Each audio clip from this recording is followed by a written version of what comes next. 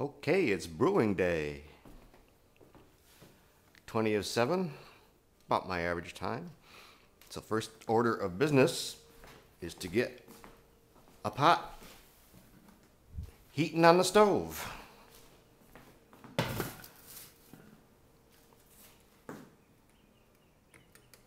The other side of the stove at this point will be used for coffee.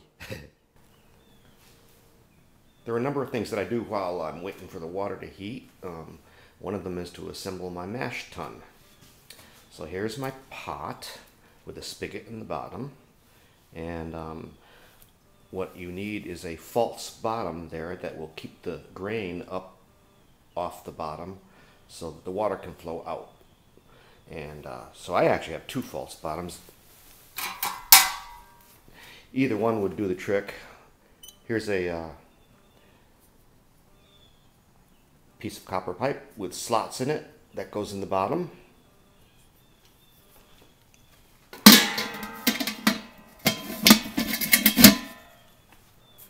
Like that.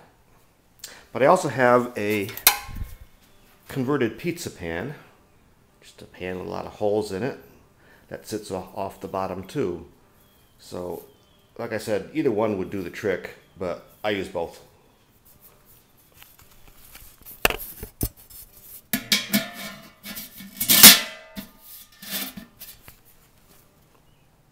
And there, that is in place.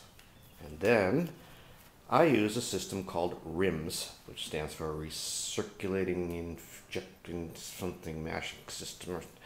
So it has a little small pump, and the water flows out the bottom and into the pump, which pumps it up into the top, and the top is the top of the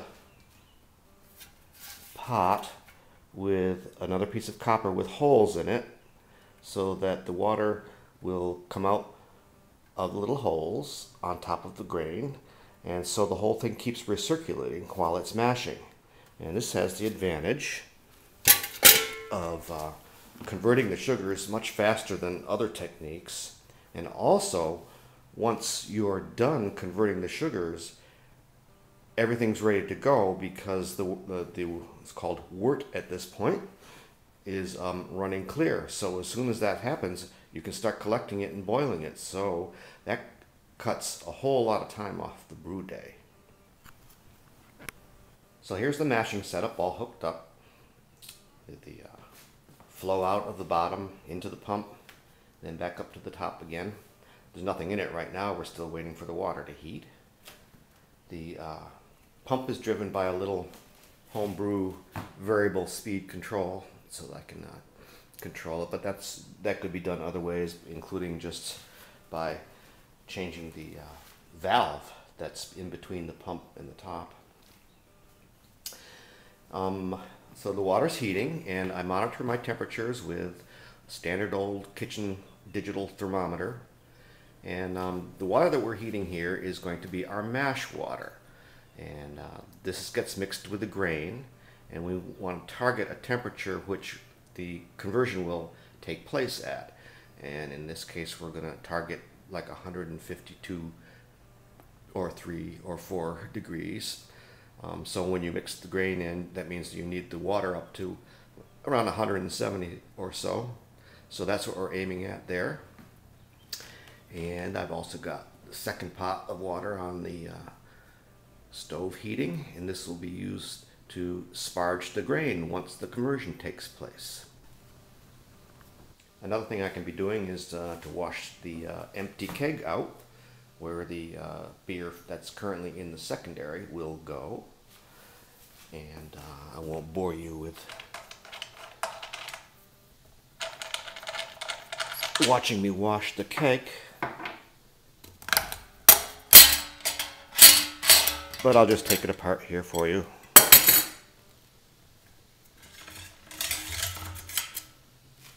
We'll start by washing the tube, then we'll wash the keg.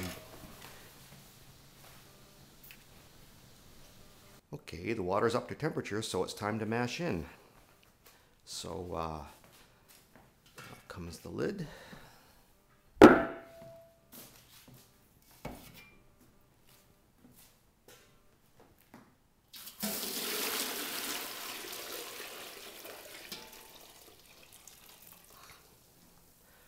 Water goes in the pot.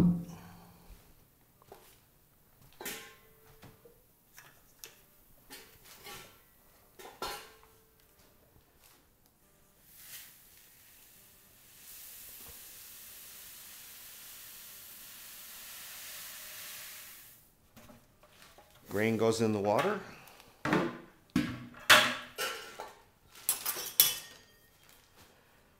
And we stir it around.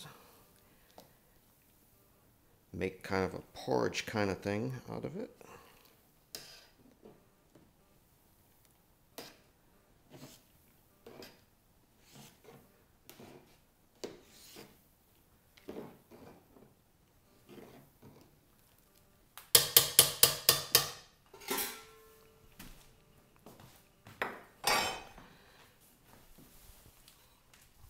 And we can put the lid on.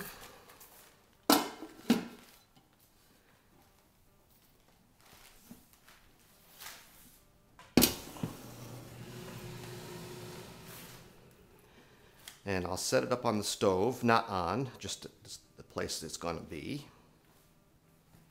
And I'll turn on the pump. Open the valve first.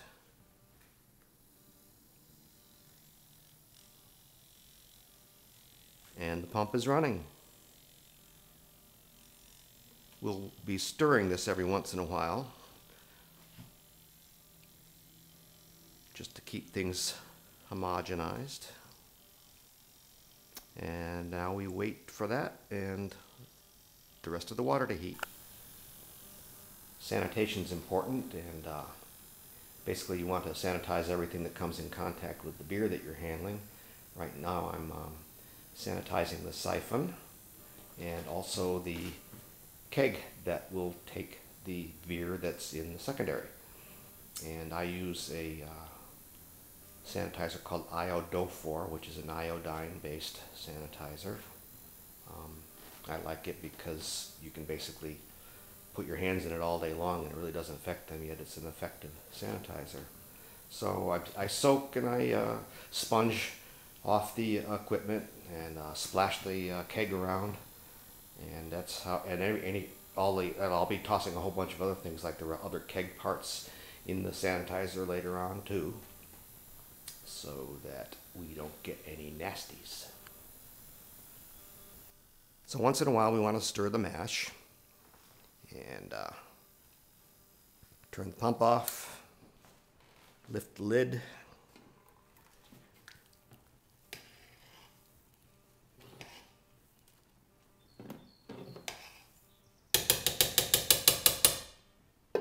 and give it a stir. Pump back on, and you can see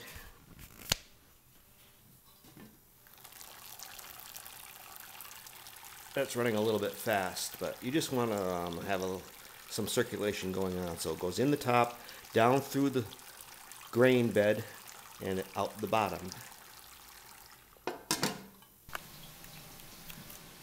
Okay, I've assembled the siphon and stuck it in my secondary, and I'm now siphoning the beer that's in the secondary down into the empty and sterilized keg. From there, it can go in the fridge and in a few days' time, consumed. Okay, siphoning from the secondary into the keg is complete. I've got the hose out, and I've got the keg reassembled and tipped it over and make sure it doesn't leak. So that's done.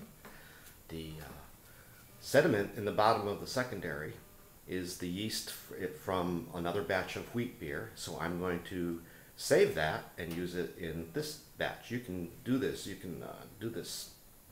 Oh, I've done it 10 or 12 times without any noticeable ill effects.